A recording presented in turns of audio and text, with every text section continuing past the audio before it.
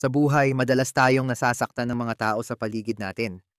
Minsan, ang mga sugat na dulot ng kanilang mga salita o kilos ay masakit at mahirap kalimutan. Pero alam mo ba na ang pagpapatawad ay hindi lamang para sa kanila, kundi para din sa atin? Una, ang pagpapatawad ay isang paraan ng pag-release ng bigat na dala ng galit at sama ng loob. Kapag hindi natin pinatawad ang mga tao, parang may bagahe tayong dinadala sa ating mga balikat. Ang galit ay parang isang lason na unti-unting sumisira sa ating kalooban. Sa tuwing naiisip natin ang mga masakit na alaala, bumabalik ang sakit at galit. Pero sa oras na magpatawad tayo, parang nagiging magaan ang ating pakiramdam. Pangalawa, ang pagpapatawad ay nagbibigay daan sa mas magandang relasyon.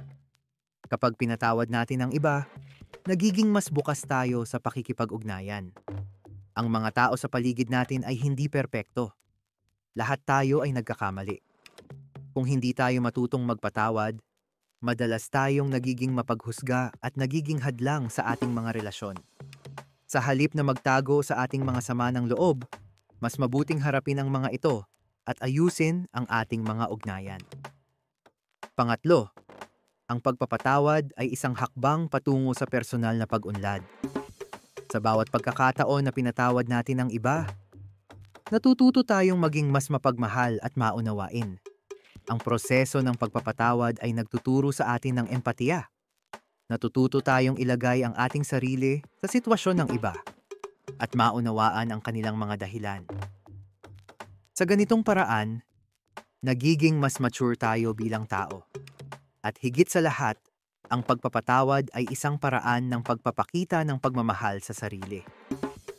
Kapag pinatawad natin ang iba, pinapakita natin na handa tayong bitawan ang mga negatibong emosyon na nagiging hadlang sa ating kaligayahan. Ang pagpapatawad ay hindi nangangahulugang kinakalimutan natin ang mga nangyari. Ito ay isang proseso ng pagtanggap at pag-unawa.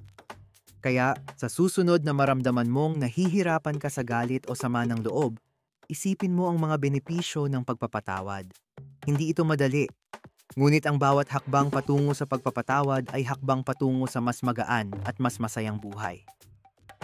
Sa huli, ang pagpapatawad ay hindi lamang para sa iba, kundi para sa ating sariling kapayapaan at kaligayahan.